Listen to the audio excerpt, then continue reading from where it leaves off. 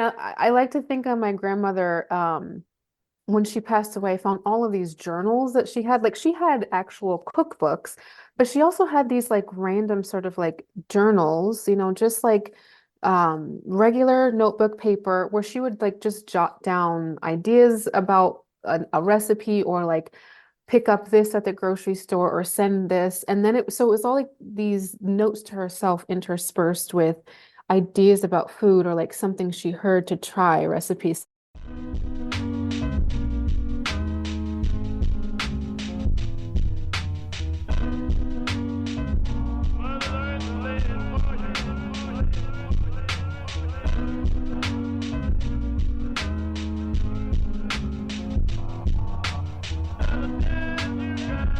Hello and welcome. Welcome to the Earth Sea Love podcast. This podcast is for and about women of colour and our relationship with nature. Hosted by me, Sheree Mack. The Earth Sea Love podcast is committed to exploring the experiences of women of colour with Mother Nature. We want to provide spaces where the hidden voices in the environmental and conservation conversations can explore their relationship with the natural world. Inspired by our time spent outdoors, we amplify the voices of women of colour, our stories, our conversations, interviews, photography, writing, and artwork. We'll be exploring our legacies, histories, and memories which have had an influence and effect upon how we perceive ourselves within the natural world and within the environmental and climate justice movements. The Earth Sea Love podcast is a space for women, feminine, and non-binary people who are Black, Indigenous, people of colour to explore their relationship with nature. Thank you. Hello again. Welcome to the Earth Sea Love podcast. This is Sheree, your host for the podcast, and here we are sharing another episode, and this episode is with Christian Totty, and I am recording this intro on the eve of the Timber Festival, which is happening this weekend, July 5th to the 7th, in the National Forest of England, which is sort of like Leicestershire area. And I'm really, looking forward to it.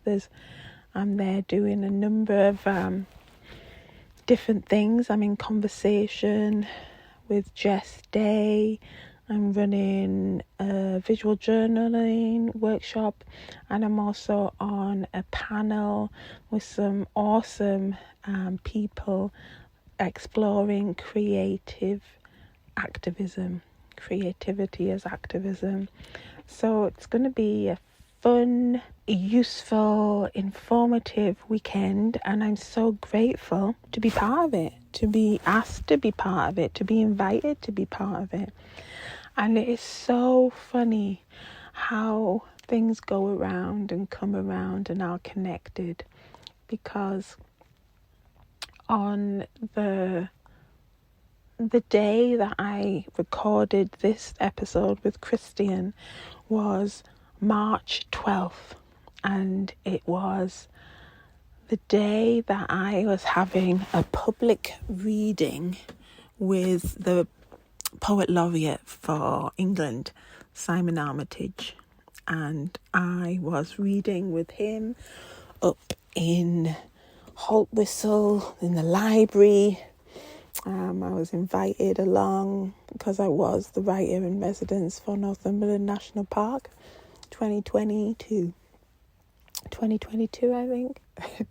I might have made hints to this within this episode, how it caused such an uproar within the poetry community that I was chosen, or I was asked or invited to read with the poet laureate after my history or past or historical accusations of being a plagiarist, and how it was shocking that I was being asked to read again or read my work. And people were complaining to the library, the council, the national park.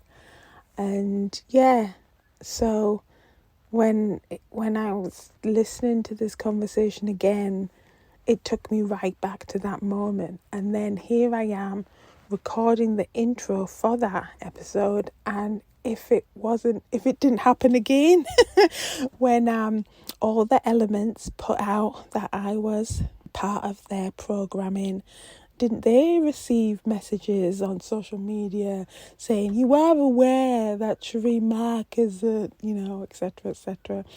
So I just think it's so weird, or synchronicity or whatever, that this episode was recorded back in March and now it's being released in July. And those two public events of me coming out and doing things or sharing my work, and how there's people still out there, this is 9 years, I may add, still out there dogging on me, continuing to try and ruin me and pull me down. And you've got to think, there's so many other things that are going on in the world, and I'm not doing it as a distraction. I mean, like, really important shit that is happening in the world, and this is what some people are focusing on. So that was just a jolt that I'm sharing, because I've always been open and honest and shared about that episode in my life, and which I do mention within this episode when we're talking about poetry and carving out your niche and being successful and getting your reputation. At what cost? And for me, it was what I paid, and I continue to pay dearly, is the loss of my soul, that loss of that connection to myself. And I think this is where Christian come in, because we talk, and it's I'm telling you now, right?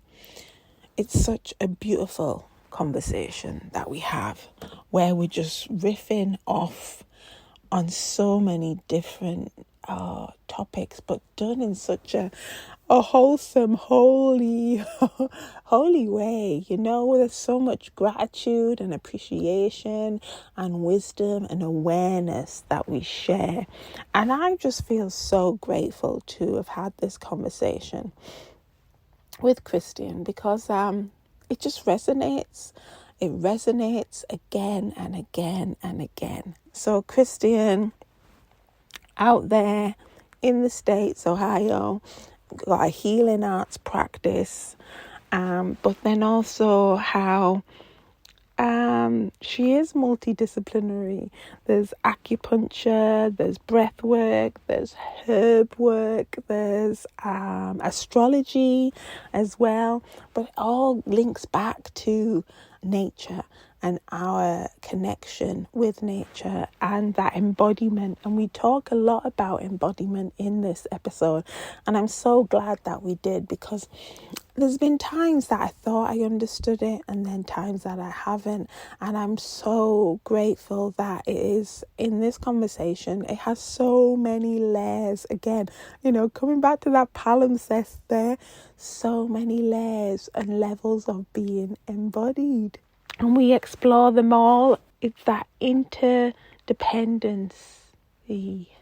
That interdependency that I'm so feeling that is coming up again and again in the work that I'm doing, in the way that I'm being. Yeah. It's a practice. As we discuss, everything is a practice. And the practice is, which I am leaning into more and more for these past 9 years since the shit hit the fan, is about trust. Leaning into that trust in ourselves. We've got to trust in ourselves more than ever, because I talk about the shit hitting the fan episode, but that is nothing in comparison to where the world and the people and nature and the animals and the plants are heading. Times are gonna get rough and tough, much more than they have been lately, and it's just a case of being aware of it, and how we can work in community with each other to be of service, to mitigate it, support each other, to ride this wave, but trusting ourselves, but also trusting in nature, because we are all connected, we are all interdependent. As Christian says in this episode, it's like the embodiment, the way that nature manifests itself, and we as human beings are part of that resonance. We are all connected, we are all interdependent, and we all already belong, in the words of Mindy Sonas. But yeah, so again, who knows where these intros go. This is the episode with Christian Totty, recorded in March, just before the Spring Equinox. But yeah, man, we're transitioning now. We're spinning around, we're cycling around into seasons change, and what we were talking about then is just as relevant now. And if you come back to the Earth Sea Love archive in the future, it'll be relevant then also. So please get yourself comfy, or get on those trainers and head out the door with your headphones on, because you are in for a treat. Take your time, slow it down, savor this episode, because it's medicine. It's medicine. Yes, and that has been prescribed by Dr. Mack. Enjoy. Thanks for being here. Until next time. Bye for now.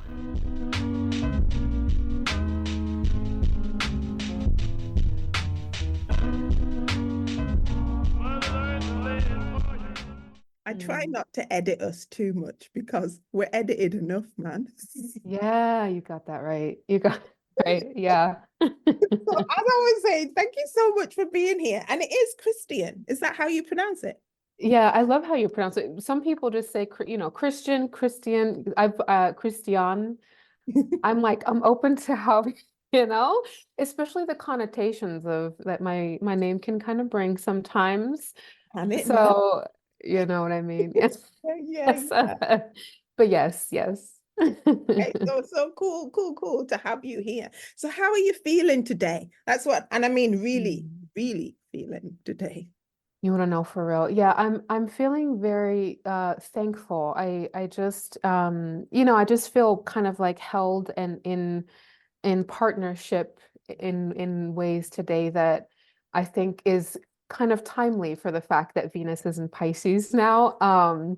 So as an example, I just got a message saying that some dental work that I need is going to be one person will be able to do the lot of some of the work that I need, or a lot of the work that I need, I should say. So it's reassuring, and seems like there's other opportunities sort of kind of pouring in for people in my life. And I get to have this, conversation with you. So just feeling like really held and just really grateful for all of the blessings. How are you doing?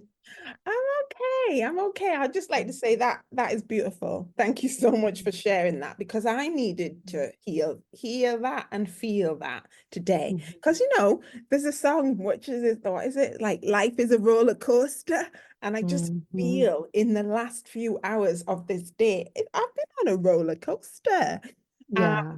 but I knew this was happening. I knew Yeah. this was happening. And it was like, get to this point, Sheree, get to this point, and then you can breathe, Yeah. breathe Yeah.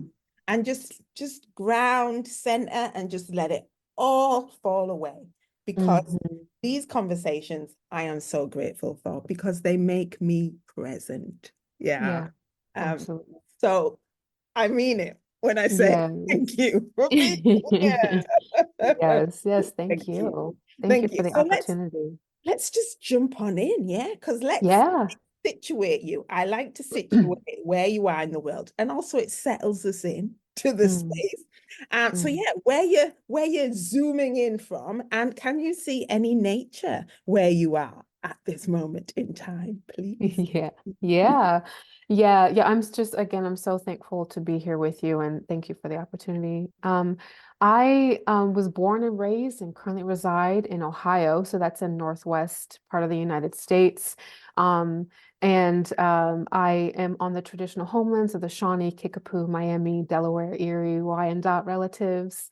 I am not close to a body of water, but it's Great Lakes territory. Mm, So Lake Erie is the nearest lake to me. It's about 2.5 hours away. Um, so the presence of the Great Lakes and particularly Lake Erie is always sort of like in my mind. mm, And around me, I'm in my office where I have a healing arts practice. I have this huge, beautiful umbrella tree plant. And that was a gift to me from my cousin who owned a salon. She retired and she gave me this plant, and it always brings so much joy to me and to folks who come in. And outside, it's really pretty beautiful. The sun is shining. Sky, there's no clouds in the sky. It's about 60 or so degrees here in mm. Northwest Ohio today. I think we started at 11 a.m. Eastern Standard Time, and so yeah, it's a very sort of beautiful day outside. It feels nice, um, and so yeah, that's kind of the nature that is sort of within me and around me at the moment. Oh, thank you. And just when you're saying there about your blue skies and no clouds, I'm thinking, we're getting towards the equinox, the Mhm. 20th of March. So are Mhm. you, um, as as somebody who appreciates being embodied, Mhm. and we're going to get onto that, are you feeling any quickening in Mhm. yourself because of that seasoning change? Are you feeling it? Yeah, that's such a just a juicy question. Um, yes, and I will say, all of this, like, even when I was kind of talking about the gratitude, and the sort of blue skies and the quickening that is happening during this season, which is so common, right? It's the spring, things are growing. All of this still occurring amidst so much that's happening in our world, and so holding both things at the same time, holding sort of the grief that's present along with the recognition that life is so precious. Mm, Um, I believe it was Ruth Wilson Gilmore, I think is her name. But mm, she's a prison activist who said, "Where life is precious, life is precious." mm. Um, and so that is, I think about that often, right?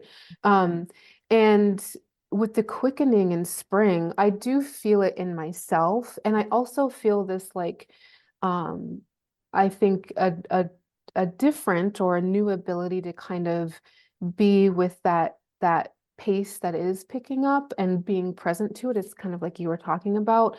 I Mm, think too with a lot is happening where I am sort of astronomically and astrologically with the coming eclipses. So Mm, we kind of started off sort of the middle part of March, just on March 10th, with the full moon or excuse me, new moon in Pisces. mm, And so now we are moving into a full moon, which will happen on the 25th in Libra, and that will be the first eclipse. And then we'll go on to the April 8th eclipse.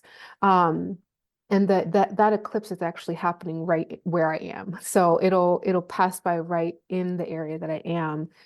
And eclipses, I think, do have a tendency to be a quickening, a significant shift, a significant change.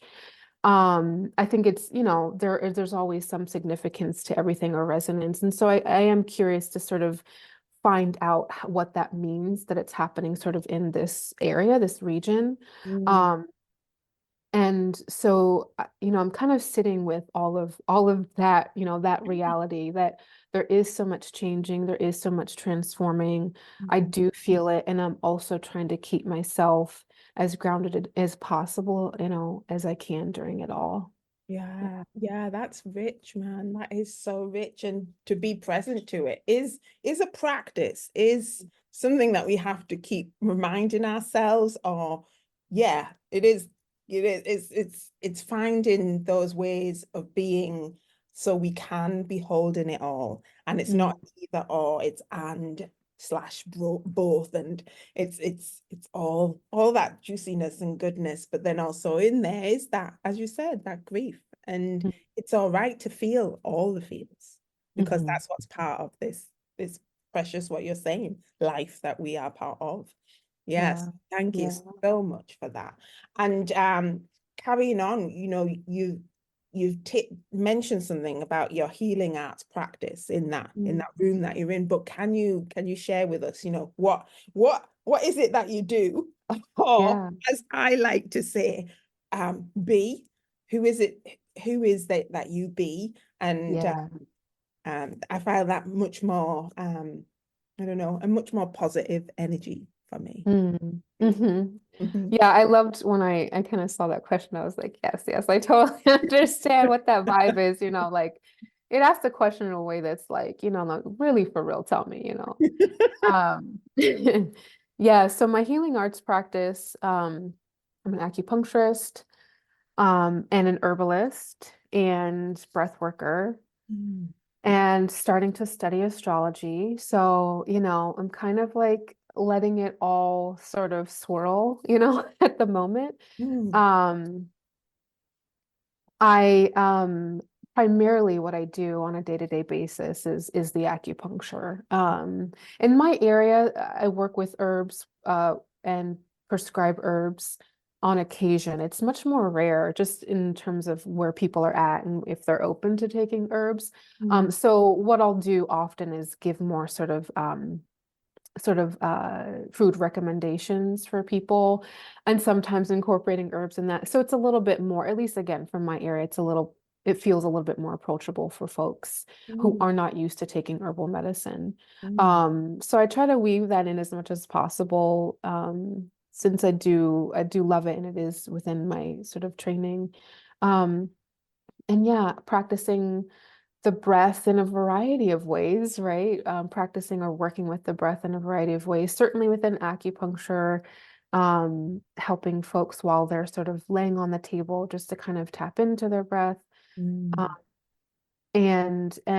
and also in terms of working with groups and things like that, providing breathwork workshops and doing instruction and things like that. So um, I got to work, I think it was in the end of February, with a group called the Breath Liberation Society, run by Shawnee Bryant. Yeah, brilliant, brilliant person and wonderful group that she has. But yeah, it was really wonderful to work with them. And yeah, so that's what I get to do. Mm.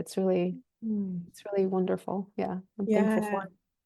yeah. You're just describing it then, and it's feeding my soul in a sense, in the idea that we do take the breath for granted, and Mm, and to work on our breath, I think is self-care slash community care, Mhm. because it is something we take for granted and we just don't breathe deep enough. So I love that you're doing that. But when you mentioned your herbal medicine and Yeah. coming at it really at the back door in a sense by saying like, Yeah. okay, I'm providing them food, because they're reluctant in a sense to lean Mm. into more herbal medicine. And I'd Mhm. just like to unpick that a bit. It's like, why do you think that? I mean, I've got my own opinions, but why do you think that? Yes, I would love to hear what you think too.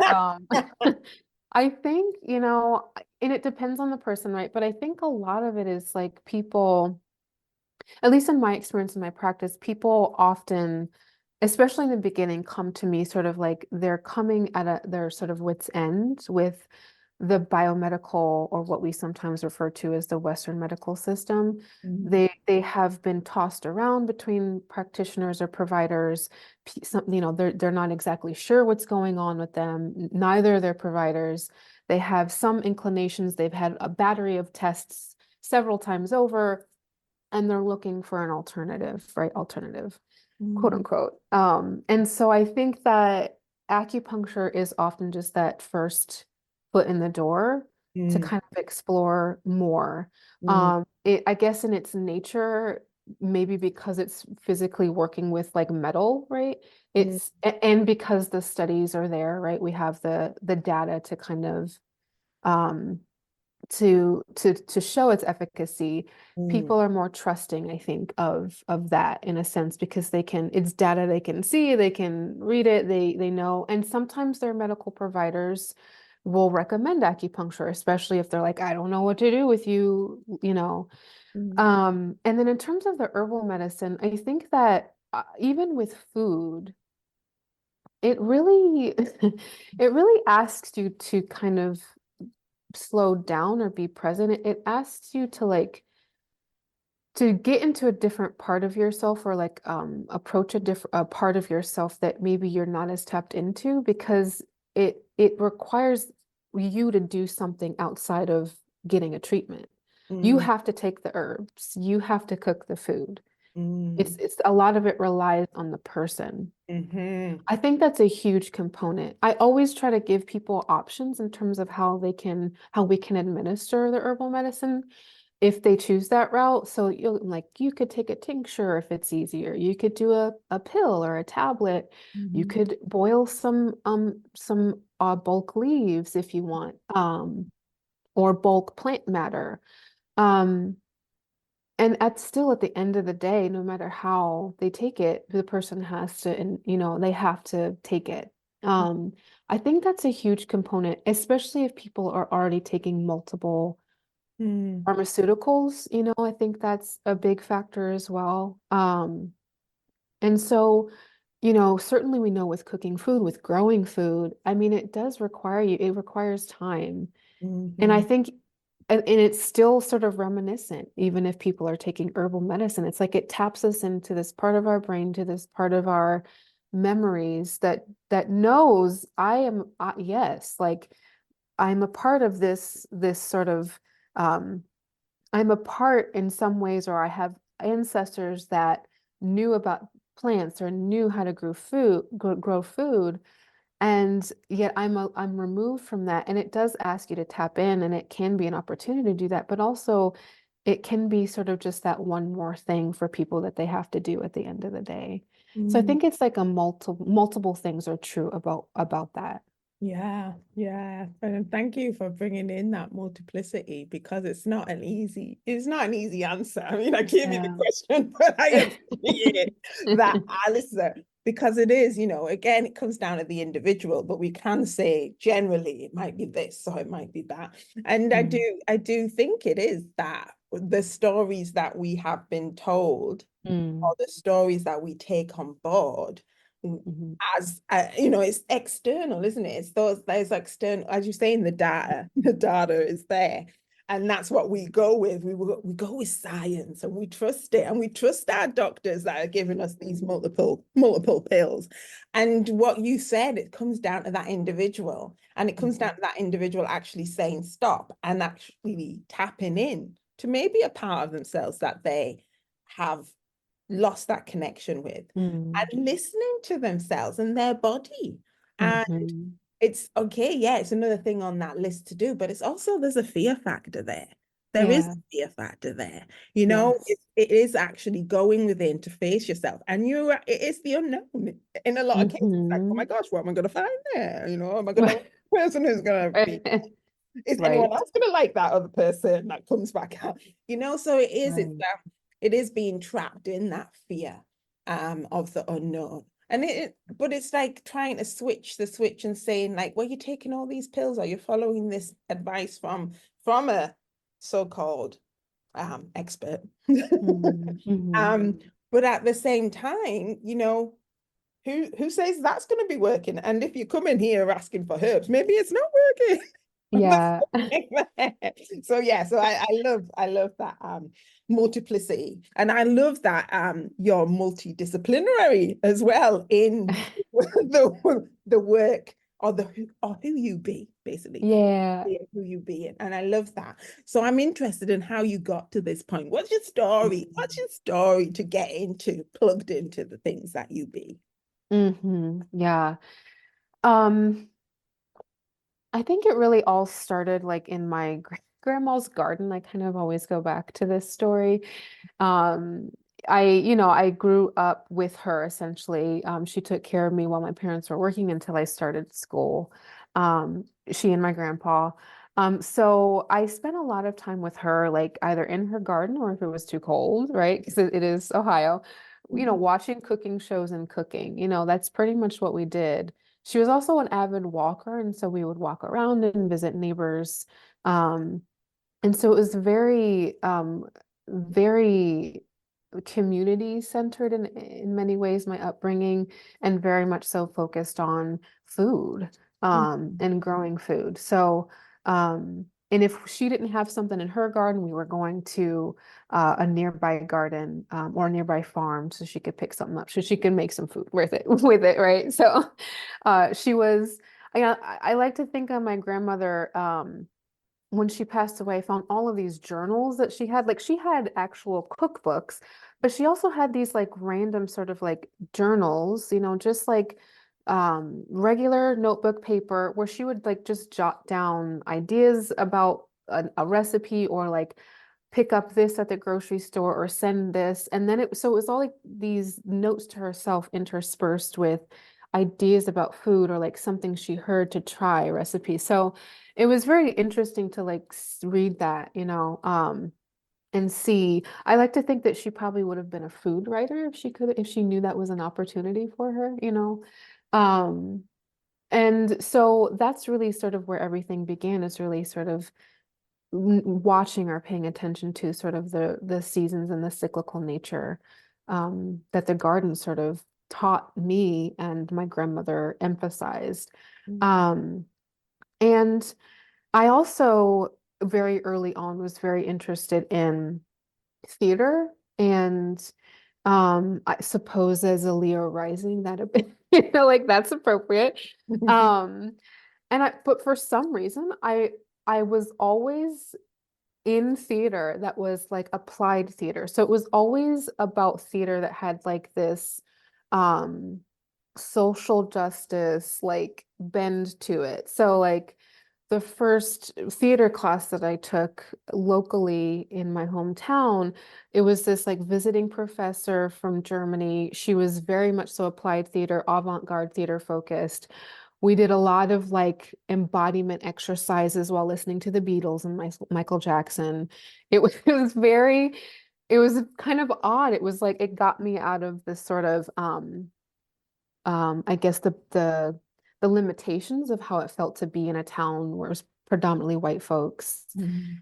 Went to a school with predominantly white folks, and there was a lot of racism still underlying. I mean, I grew up in the 90s, but there was still this sort of, bedrock of racism present, that's still present, right? But certainly echoing at that time period.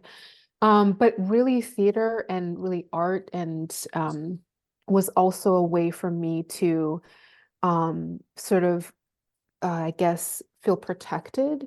Um, I was also bullied for my size, my color, what color my skin was, my hair, all of the things.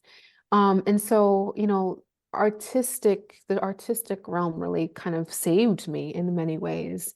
Um, when I picked up a camera for the first time and started practicing photography, it was like a way for me to sort of shift the focus away from people sort of that gaze upon me to like people had to really they it was almost like a reconciliation with themselves.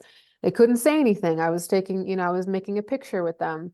And again, it just really the garden and sort of art really just completely saved me in many ways. It taught me so much. It saved me. Um, and I think as a result of both of those things combined, I had an early interest in philosophy, was very interested in East Asian philosophy from early on. And from about eighth grade, I started to kind of look into things, started to dip my toes in and out of studying astrology at that point.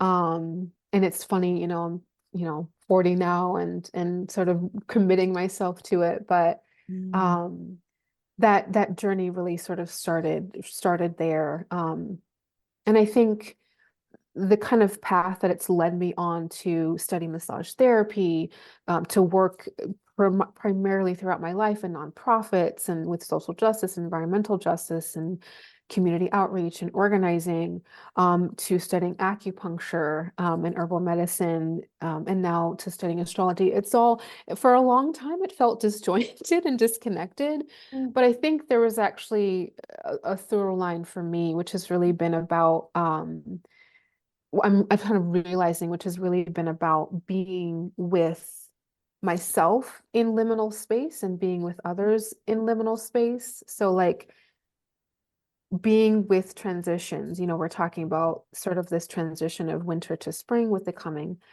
equinox and the eclipses coming up. So I feel there's a part of me that feels very comfortable in liminality. Mm. Um, maybe it's also my Pisces, sun in Pisces. I don't know. It's probably a Mm. combination of many things, Mm.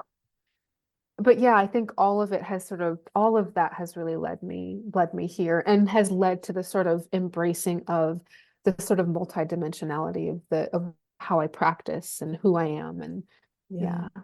Yeah, and I just love listening to you. like my brain sparking in so many different directions. Okay, your grandma's garden with that creativity. I'm thinking Alice Walker, in search Mm, of our mother's gardens, and I'm so jealous of that because I didn't mm, have that connection with my nanas. But mm, then I'm interested coming to astrology at 40, and now mm, it's a case of like if it sounds like you're owning it along with mm, your multidisciplinary and like and what this screams for me is, the messages that we are told is like, if you want to be successful, if you want to make something, just focus on one genre, one discipline, get your niche and get into it. But mm, really, I just think that is, and you said about limitations. And I mm, think that's a limitation put on from outside, but then also on ourselves, because we internalize that story and like thinking about that disjointedness and thinking that it's wrong or that there's mm. something wrong with us because we're doing all these different things. But that is Mm. just us being and bring Right. that whole beingness of this human being, isn't it? We are It expressive is. people. And to be able to express ourselves in that multidisciplinary way, it means that we're living to our wholeness or trying to get to our wholeness. Do you not think? I absolutely agree. I absolutely agree. I think that it remind when you were talking, I loved that because it reminded me of sort of, I'm not a weaver, but I I know a very small amount about weaving, but the warped and the weft, that kind of like the patterns that you can make when you're weaving, or I even suppose if you're knitting. Um, there have been moments in my life where, for an example, the gardening has come up in the pattern. There have been moments in my life when the, more creative has come up in the pattern, and when more of even the medical sort of aspect has come with the, studying Chinese medicine has come up in the sort of pattern. Mhm. And, all of it has had its significance and its time frame. And Mhm. I think now I'm in a place in my life where the studying of astrology is helping me to weave Mhm. it all together. because Mhm. it's kind of giving me a language and a framework for it all to kind of fit in. Before, again, it felt like I was like, okay, this is, you know, it's like this is happening, and then I'm sort of transitioning into this again with that transitional. Mhm. Um, but it all also felt very sort of guided, if you will, or maybe there was some divinity to the sort of process of moving in the way that I have, Mhm. um and kind of coming into the work that I've been able to do. So Mhm. yeah, when you were saying that, I was like, it reminds me sort of like weaving, you know, in a Yeah, sense. I love that. I love that, and also made it visual there. Uh, Mm, and that liminality, that in between spaces, there's so much potential and possibility there, you know. hmm. So I love that. But like we were talking, let's just move on, because I was thinking, Yeah, said holy, yeah, WHOLE or LLY. If we think about your Substack, yeah. holy earth. Is that how you say holy? Hmm. Um, and you say that this newsletter is dedicated to embodiment, and we've mentioned embodiment.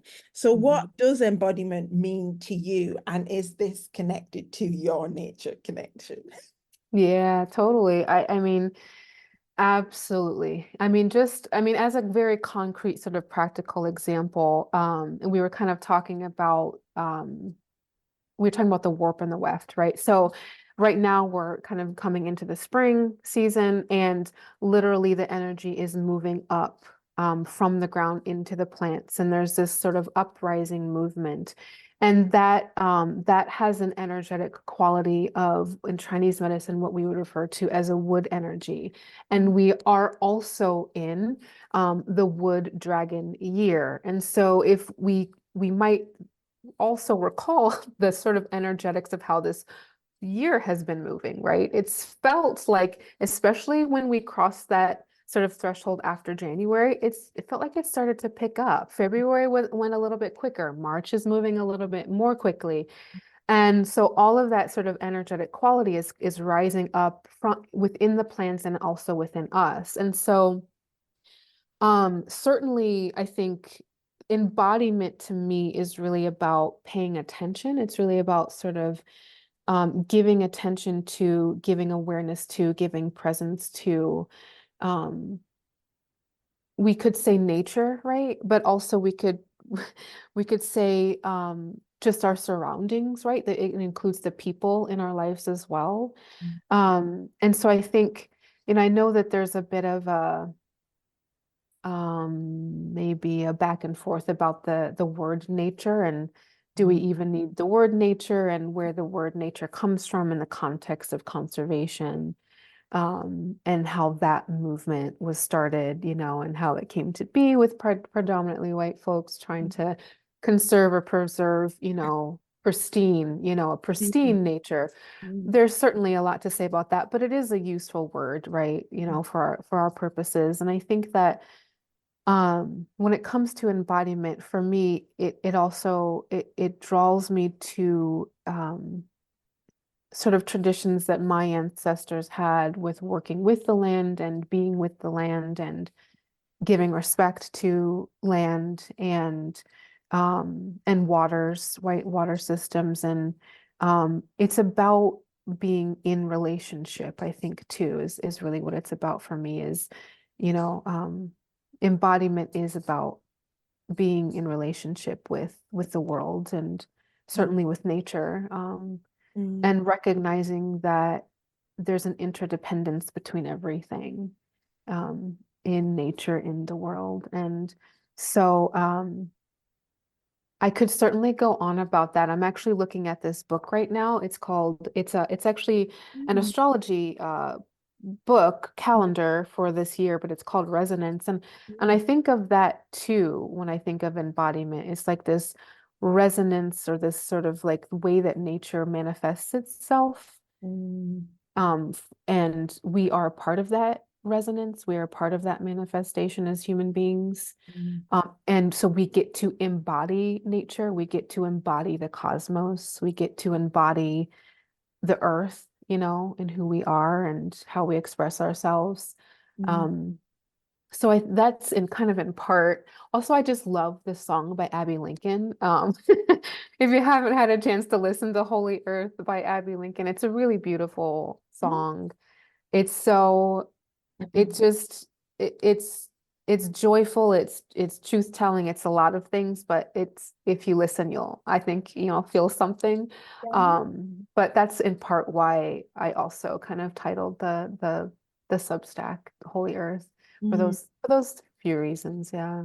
Yeah. Oh gosh, thank you. Thank you for that. Again, so many multiple yeah, definitions of what you mean by embodiment. And it's just expanding my understanding of it as well. And I just love that. I think I'm, a lifetime learner, and I'm just Mm, open to listening and practicing my listening, active listening.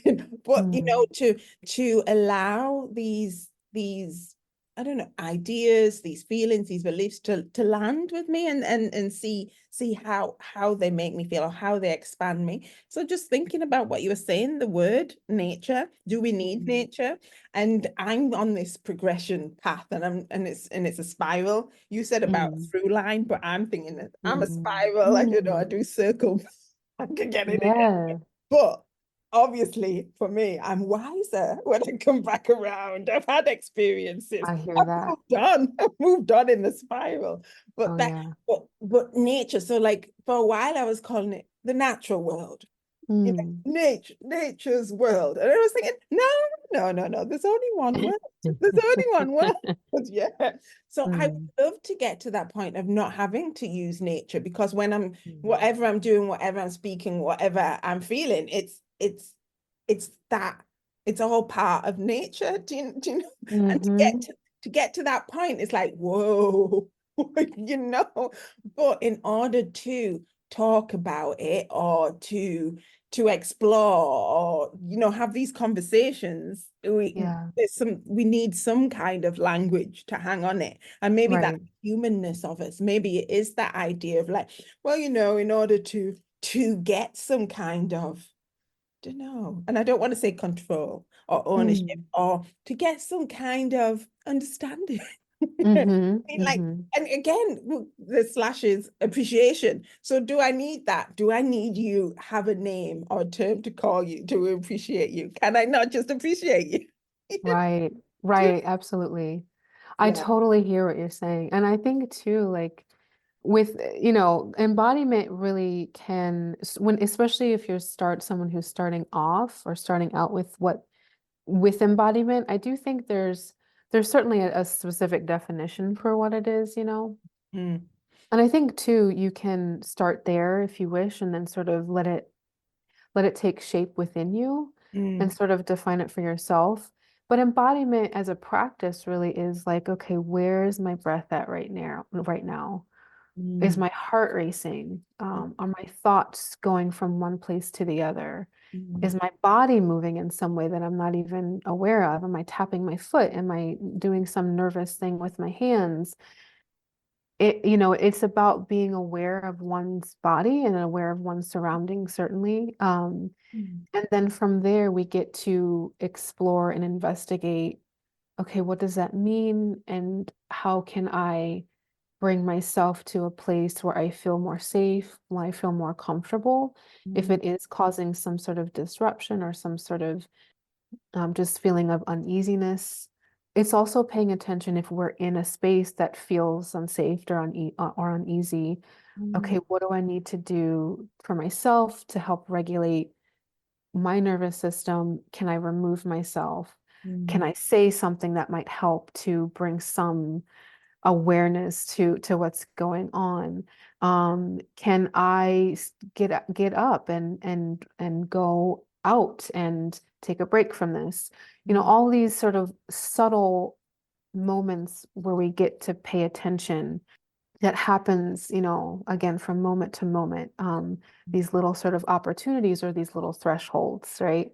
These little little liminal spaces yeah. to take a moment to be with where you are in the present moment. And that is, I would say, my sort of like, so especially for folks who are starting off new to the world of embodiment, sort of starting at that place, it's like paying attention to yourself and, Thank you for that. I really appreciate that, and definitely need it moving forward with my day from what's happening later on today. Yeah. We're not going into that, but as you're saying, Yeah. a good place to start with your practice, and I always find that I come back to it as well. I keep coming back, I keep cycling back. So yeah, so thank you for that. But let's move on. I'm thinking of the time here. Yeah, I know. I Time can't goes shut so up. fast. I go on tangents. But I love it. I yeah, love it. but last year with your Substack, Holia, you created a nature writing collection, which I really appreciated because it brought to my attention stuff that I didn't know. And it really broadened my reading, learning, understanding. But let me ask you, what was your thinking or intention of this, bringing this together, which is still available, if we're tapping into your Substack newsletter, it's still there. So It's still there. yeah. I mean, it would have taken a lot of work and effort. So what was your intention of doing? Yeah. Honestly, the main intention for me was really logistical and practical, strategic as well. So I would say that was probably the overarching thing. I was like, okay, I want to practice writing. I want to be consistent. Um, and I want to see what happens if I put those two things together and let me really dive into a subject that I'm interested in to where I can do almost like I wouldn't say a full lit review, but somewhat, of a lit review of these texts that I've really been wanting to read, or these articles that I've really been wanting to read and see how they talk to each other as well. So it was really a way for me to practice writing, first and foremost, and to be consistent with the practice. So that kind of morphed, I think, into this wonderful way of connecting with people. I'm very grateful for the feedback that I've received from you, certainly, and from others about the series. And it really, I'm so thankful that it turned into something that was useful for other people. And I think with writing, I think I have I understand that I also have a need for it to be useful, like, or to be informative, I love writing that is, I love writing that is very personal, a personal essay kind of style. And I also really appreciate the kind of writing that is, has a combination, right, of both a little bit of personal storytelling and also can be really, really useful for somebody where they can take a nugget and kind of apply it to their own lives. That resonates with me. And then it also is sort of a way, writing that series was a way for me to sort of lean into that and see if I could kind of practice that myself as a writer. Yeah. So I do appreciate that. When I was doing my PhD, there was like it was called like personal scholarly writing, Oh, putting that, or and then later advanced into creative nonfiction. But me, I just see it as writing because again, yeah. why put it into these different genres? And again, it is to control. It is to control. Yeah. Some people say it from the other side, oh, it's easy. It's much more easier for people to identify what writing you do, and then they can tap in if they want that. But really, it's like you are molding yourself or squishing yourself into a box and putting a label on it. Again, it's limiting yourself. It's not fully expressing yourself in all our, messed up glory. Yeah. Messed up glory. Absolutely. So true. So true. So yes, I do So appreciate true. that you have been practicing in a very public way. In a very public way, your writing, your expression, your personal stories with those academic, or not academic, but like those literary inputs. So there's a mixture going on. And I just think that is so much more natural and true and honest. So I totally appreciate it. Thank you. Yeah. You're welcome. I didn't know your background. So your background is in writing and literature. Yes, Mhm. yes. Yes. But Yeah. again, you know, I was fed early on when I was teaching and doing my MA, I was fed that, you know, to be successful, Sheree, you should focus on one genre. So, and you know, my heart was poetry, so I focused on Mm. poetry. But I know in that process, I was trying to be successful by other people's standards. And Yeah. also I was almost chopping off parts of myself to fit Mm. into a box, to be accepted, to be recognized, to get a reputation as a poet. And that was so stifling and silencing and wasn't me being true to me, first and foremost. Never Yeah. mind the masks or the stuff that I put out into the world. So yeah, after a big hoo-ha, shit hit the fan moment, I got to go back to ground zero and Mm. to start believing and trusting those voices that were coming from within, which Mm. wanted to be expressed in words, yeah, but also photography, in paint, in film, in audio, and like wherever that creative flow was going, I didn't dam it up, I just let it flow. Yes. And because of that, my life has been so much more lived and felt and Yeah. yeah, That's background beautiful. in in trying so hard to be accepted and loved and Mm. finding out the hard way that I needed to love myself first. That's so crucial. So Totally. crucial. Yeah. And Yeah. it's not an end journey. There's no end point. It's always that process of becoming. But Absolutely. I love, you know, saying practice and actually practicing. It's just like second nature now. It's part of my makeup. It's a practice. It's a practice. Yeah. Everything, right? I'm not all the way convinced. I'm like, everything is really practice, isn't it? I mean, even every little thing is really just making the decision one Yeah. thing to the next, Yeah. and Yeah. that kind of builds up and becomes, you know, Something amazing, something something. beautiful, or but you know, something that's Yeah. a failure, something that's a mistake. But hey, you know, you know, Right. it's like Trial and error, right? totally, totally. Yeah, so we just talked about the past there, my past. Mm, But let's just mhm. think and go, because we're coming up to the end. What are Yeah. your hopes? You know, what are your hopes for the future? What are you working on to create in the future? Or is that too much to ask? No, I don't think it's too. I mean, yes, it's a big question, but I think it does go back to that practice piece. So I think what I'm practicing right now is very similar to I'd love to just resonate or kind of say yes, a full-hearted yes to what you said in terms of like embracing who you are. So I'm doing that myself too, just letting the flow to be there and not trying to block or put a boundary or a barrier to what wants to naturally flow. Even when it comes to sort of my interest in wanting to explore different topics, because it always will be resonant, right? There will be some resonance present. And I think that can be a fear too, to worry that, oh, okay, this is completely different from what I'm doing now, seemingly so, but then you get into it and you realize there are so many parallels that you can draw from your experience and what we would call expertise or the wisdom that you have around a particular topic and Mm, find similarities with this sort of new thing that is, on your heart to explore.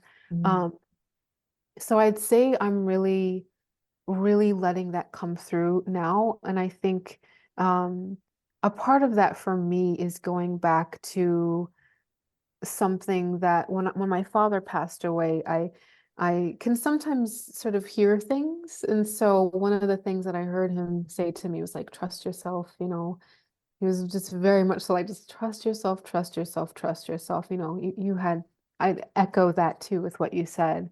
mm, I think we will need to trust ourselves now more than ever as we move into this sort of pretty big shift that we are, going into, sort of a change of the guard, if you will. mm, Um, a change of how we take care of each other, how we take care of ourselves. Um, a way of living and a way of being is literally sort of crumbling, it's decaying. And we are being steward to that in many ways. And we kind of talked about all of the suffering that's happening in the grief, certainly in Gaza, in Sudan, in Congo, in our neighborhoods. And being present to that and witnessing that, I think I'm also within being myself, within trusting my flow, there's a greater capacity to witness what with and be with what is. Um, and I feel like in some ways I'm sort of also preparing myself to I guess for that, right? To prepare myself for what may come, what is shaping, what is taking shape, and how I can be of service for myself and my family community as we make this transition. And so that's really sort of where I'm at right now. I'm just breathing on that, okay? As, Mhm. because that was so beautiful to hear, to recognize, and I trust in book come to pass, Mhm. and that for me, that touches my heart, because community, the community, sometimes we're in a community and that community isn't good for us. Yeah, that's Isn't true. good for us. So I realize now with Earth Sea Love and the podcast is that's me intentionally creating my own community, creating that community that I want to be part of, that I want to be of service of, that I want to be standing in, within, beside, and that is something that I've just realized now with you sharing your future vision and holding it all. And I so appreciate that, because it heartens me. It is, it makes me feel less alone. It makes me feel less alone, and it also expands my trust muscle. I trust that there's others out there like yourself who are doing it as well, part of the community. And I'm not owning it. Oh, this is my community. Not at all. It's not coming from there. It's like, oh my gosh, I'm part of this community, and I am so blessed and grateful to be part of this community. So thank you. Thank you so much. And I'm looking at the time, and I want to say thank you so much. Is there anything you want to add that we haven't touched upon? I know I'm going to ask you for your links to be putting into the show notes at the end and all that. But is there anything that you want to share that you haven't had the opportunity to share? Please take the mic. I think I so appreciate your questions. They were so lovely and helpful to think through. I so appreciate this conversation. I appreciate the community of folks that you have sort of gathered together to share in these conversations. I really think of when you were talking about the community that you're creating, I think of the scene in the film Beloved where they're out in a clearing. So I think of that clearing as this place where we're gathering and we are being embodied in ourselves. We're crying, we're praying, we're moving our bodies, we're falling asleep maybe. We are just being present with where we are with each other. With the land, and I think that that piece is so important. I love what you said.